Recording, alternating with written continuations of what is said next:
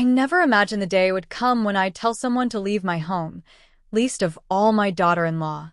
But that morning, as the sound of barking echoed through my kitchen, I realized the line had already been crossed.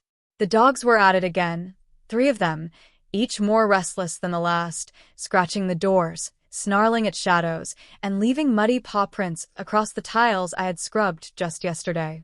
Their noise had become the rhythm of my days, their smell the scent of my patience running thin. And in the middle of it all stood Claire, my son's wife, holding a cup of coffee, as if the chaos belonged here. "Could you do something about them?" I asked, trying to keep my voice steady. "They're dogs, Maggie," she said with that clipped tone she used when pretending to be polite. "They bark. It's what they do." Her words carried the weight of dismissal, and behind them, I felt the quiet sting of disrespect. I'd lived 61 years, raised a son, buried a husband, and kept this house standing with my own 2 hands. I wasn't about to be treated like an unwanted guest in my own home. Ethan, my son, used to be my anchor. After his father's death, he filled the silence with stories, laughter, and the kind of tenderness only a son can give. But since marrying Claire, his laughter had dimmed, replaced by strained apologies and half-finished sentences. I told myself it was just marriage settling into its weight. Now, I wasn't so sure. It wasn't only the noise or the mess that gnawed at me. It was the feeling of losing my home inch by inch. Every room bore traces of her perfume, her clutter, her constant presence. The woman had a way of expanding until there was no air left for anyone else. That morning, I watched her set her coffee cup down and smile faintly, as if daring me to say more. The dogs barked again, and something inside me hardened. I'd spent years holding this house together through grief, loneliness, and time. I wouldn't watch it crumble under indifference. "This isn't a kennel, Claire," I said quietly, my voice trembling only slightly. "It's my home." For a moment, her expression faltered. Then she laughed, a soft, incredulous sound that made my chest tighten. "Maybe," she said, brushing past me toward the back door. "It's time you learned to share it." The door slammed behind her, the dogs trailing after like loyal soldiers.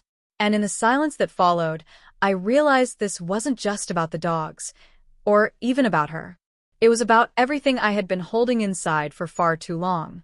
I didn't know it then, but those words, "this isn't a kennel," would unravel more than just a household. They would unearth secrets, regrets, and a truth I'd been too afraid to face. And once the door closed, nothing would ever feel the same again. My name is Margaret Hall, though most people call me Maggie. I've lived in this house for 35 years, the same white brick home with blue shutters Harold and I bought when we were too young to understand how permanent walls could feel. Every creak of its floors carries a story, every photograph on the wall a fragment of the life we built. Harold's laughter still lingers in the hallways if I listen hard enough, though sometimes I wish it wouldn't. Silence has a way of turning memories into ghosts. When Harold died 5 years ago, I learned that grief doesn't roar, it hums. It sits quietly at the dinner table, follows you to bed, and makes a home in your chest. Ethan, my son, was the only reason I kept moving. He'd call every day, drop by with takeout on weekends, and make sure I never felt alone. For a while, I thought the 2 of us could keep the world steady. Then came Claire. She arrived like sunlight through blinds, bright, sudden, a little too much all at once. She was beautiful, I'll give her that. Sharp cheekbones, sharper opinions. The kind of woman who made people listen even when she wasn't saying much. Ethan was smitten from the start, and I told myself to be happy for him. That's what mothers are supposed to do, after all. Smile, nod, and pretend not to notice when their sons start slipping away. But Claire didn't just marry Ethan. She moved into his mind, his priorities, his weekends. And eventually into my home. When Ethan called to ask if they could stay, just for a few months, while their marriage found its footing, I said yes before the loneliness in my voice could sound like desperation. At first, it was fine. Claire thanked me for the space, even cooked once or twice. But it didn't take long before the house began to change. Her laughter, loud, unrestrained, bounced off the walls that once held quiet warmth. Her dogs turned my polished floors into a maze of paw prints. She filled the rooms with her energy, her chaos, her presence. Ethan barely noticed the shift. He worked late, came home tired, and fell asleep before I could tell him how suffocated I felt. I told myself it was temporary. I told myself I was overreacting. But every night, as I wiped muddy prints from the tiles and listened to the sound of her dogs barking into the dark, I wondered, when did my home stop being mine? Still, I bit my tongue. I'd buried a husband. Surely, I could survive a daughter-in-law. Yet beneath the surface, something was changing, something in her tone, in my patience, in the air itself. The house that had once been my sanctuary now felt like it was gasping for air. And in the middle of that slow suffocation, one truth became impossible to ignore. Peace wasn't coming back. Not unless I took it back myself. It began subtly, the kind of shift you can't measure until it's too late. The house started to sound different. Conversations grew shorter, footsteps heavier, and even laughter, when it came, had an edge to it. One evening, I came home from the grocery store to find Claire sprawled across the couch, her dogs curled up beside her like royalty. The television blared some reality show, empty coffee mugs littering the table. I paused in the doorway, the grocery bags biting into my palms. "Claire," I said carefully, "would you mind helping me put these away?" She didn't look up. I'm in the middle of something. I wanted to remind her that she was a guest here, not the queen of it. But before I could speak, Ethan walked in from the kitchen, giving me that cautious look sons reserve for mothers on the verge of confrontation. "Mom, it's fine," he said, taking the bags from my hands. "I'll do it." Something in his tone, soft, almost pleading, silenced me. It wasn't that he disagreed. It was that he didn't want to choose. For days after, I tried to keep peace. I cleaned around her messes, smiled through her curt remarks, and told myself that endurance was its own kind of love. But peace built on silence never lasts. The breaking point came one gray afternoon. Rain clung to the windows, and the air smelled like damp wood. I was in the living room, wiping paw prints from the floor again, when one of the dogs lunged onto the couch, scattering the throw pillows Harold had once chosen. "Off," I snapped, louder than I meant to. The dog froze, then whined. Claire appeared from the kitchen, holding her phone like a prop. "Did you just yell at my dog?" I straightened slowly. "He ruined the cushions. I've asked you before to keep them off the furniture." She crossed her arms. "They're part of the family. Maybe you should stop treating them like intruders. Maybe you should start treating this house like a home." I shot back before I could stop myself. For a long moment, neither of us moved. Her eyes narrowed, her voice turning to ice. "You know, Maggie, you act like this place is a museum. Maybe that's why it feels so lifeless." The words landed hard. I could feel Harold's absence pressing against me, like even his memory was being mocked. Ethan came home later, tension thick enough to cut. I tried to explain, but he only rubbed his temples and said, "Can we all just stop fighting for once?" That night, I lay awake listening to the rain and the sound of the dogs pacing the hall. Every creak of the floorboards sounded like an accusation. It wasn't just about the noise anymore. It was about respect, belonging, and a son who didn't see how far apart we'd grown. And as I stared at the ceiling, I realized something terrifying. The person I was becoming, the bitter woman measuring her worth in silence, was someone I didn't recognize.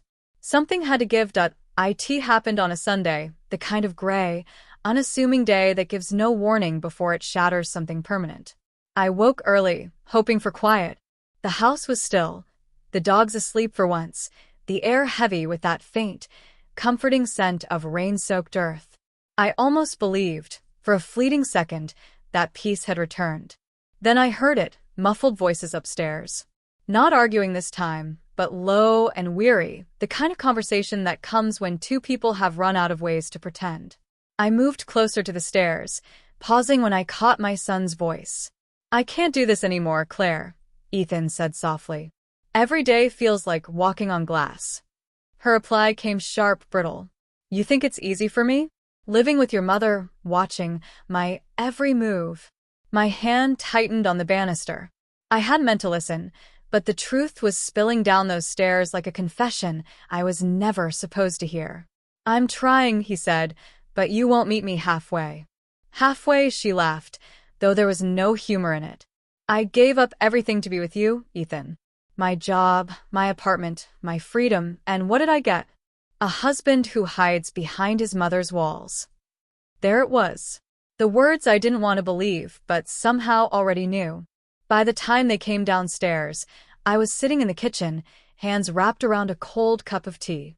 Claire's eyes were red, Ethan's jaw tight. They both froze when they saw me. "Mom," Ethan began, but I raised a hand. "Don't," I said quietly. "Not yet." Claire looked away, biting her lip. The silence between us was unbearable. Finally, I spoke, my voice low but steady. "If this house is suffocating you both, then maybe it's time to leave." Ethan looked startled. "Mom, that's not." "It is," I interrupted. "I can't keep pretending this is working. It's not fair to you, and it's not fair to me." Claire's eyes glistened with something that wasn't anger this time, something closer to exhaustion. "You think I wanted this?" she whispered. "I lost my job months ago. I've been trying to start that business because I didn't know how to tell you both that I failed. The dogs, they were rescues. They were the only thing that made me feel useful again." Her confession hit like a gust of cold air. I'd spent months resenting her noise, her clutter, her presence, never once imagining the silence she carried inside. For a long moment, no one spoke. Then Ethan reached for her hand. "We'll figure out," he said softly. But as I looked at them, two people holding onto each other out of habit more than hope, I realized that love, in its rawest form, isn't always about staying. Sometimes it's about recognizing when you've both already let go. And in that still kitchen, beneath the hum of a house that had witnessed too much, I felt the first quiet echo of an ending. Claire left the following morning. There was no shouting this time, no slammed doors or hurried footsteps, just the soft shuffle of boxes against the floor and the low jingle of leashes. The dogs went with her, their nails tapping faintly across the porch as they disappeared into the drizzle. Ethan carried her last suitcase to the car, his shoulders heavy, his eyes distant. I stood by the window, watching the rain beat against the glass, and wondered how something so inevitable could still ache this much. When the car finally pulled away, the house exhaled, an old, weary breath that filled the rooms with quiet again. But it wasn't peace. Not yet. It was the kind of silence that feels like an apology you'll never hear. For days, Ethan barely spoke. He drifted between rooms like a man caught between guilt and relief. I wanted to comfort him, to tell him he wasn't to blame, but the words never came out right. Every sentence I tried sounded like justification for what I'd done, and maybe part of me feared he'd see through that. One night, I found him sitting on the porch, staring into the fog. I joined him without a word. The boards creaked beneath us, and for a long while, we just listened to the rain. "Do you think she'll come back?" he asked finally. I took a slow breath. "Maybe. But even if she does, it shouldn't be to this house. You both need to find your own space. Somewhere that's not filled with old ghosts." He nodded, eyes fixed on the dark horizon. "You were right about one thing, Mom. This house isn't a kennel. But maybe it's not a home anymore either." His words stung, though I knew they weren't meant to. He was right. Somewhere between grief and resentment, I had turned my sanctuary into a fortress. I thought I was protecting what I had left, but all I'd done was keep everyone out, including myself. That night, after Ethan went to bed, I wandered through the house. The empty spaces where Claire's things had been looked cleaner, but colder too. I ran my fingers along the mantel, where Harold's photo still sat, his smile frozen in another life. Did I do the right thing? I whispered. Or just the easy one? The house, as always, answered with silence. Weeks have passed since then. Ethan moved into a small apartment downtown, closer to work. He calls often, and sometimes I hear laughter again in his voice. Claire hasn't returned, though she sent me a note, apologizing, not for leaving, but for staying too long. The dog's muddy prints have faded from the floors, but sometimes, when the rain falls just right, I swear I can still hear them, soft echoes of a storm that changed everything. I've learned something in the quiet that followed. Homes aren't built from walls or furniture. They're built from grace. And grace, I've discovered, sometimes begins the moment you open the door, or when you finally